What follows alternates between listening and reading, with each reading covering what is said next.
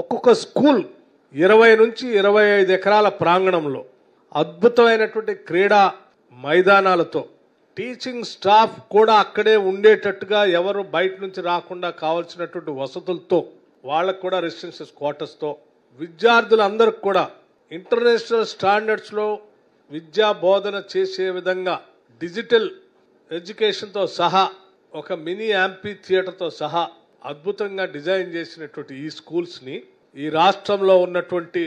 పేద బడుగు బలహీన వర్గాలకి మధ్యతరగతి కుటుంబాలకి లక్షలు పోసి ప్రైవేట్ స్కూల్స్లో ఫీజులు కట్టి చదివించలేనటువంటి కుటుంబాలందరికీ ఉపయోగపడేటట్టుగా ఇంటర్నేషనల్గా ఈ విద్యార్థులు ప్రపంచంతో పోటీ పడేటట్టుగా ఉండే సిలబస్తో శాంక్షన్ చేసిన ఈ స్కూల్స్కి నిజంగా మేమందరం ఈ క్యాబినెట్లో ఉండి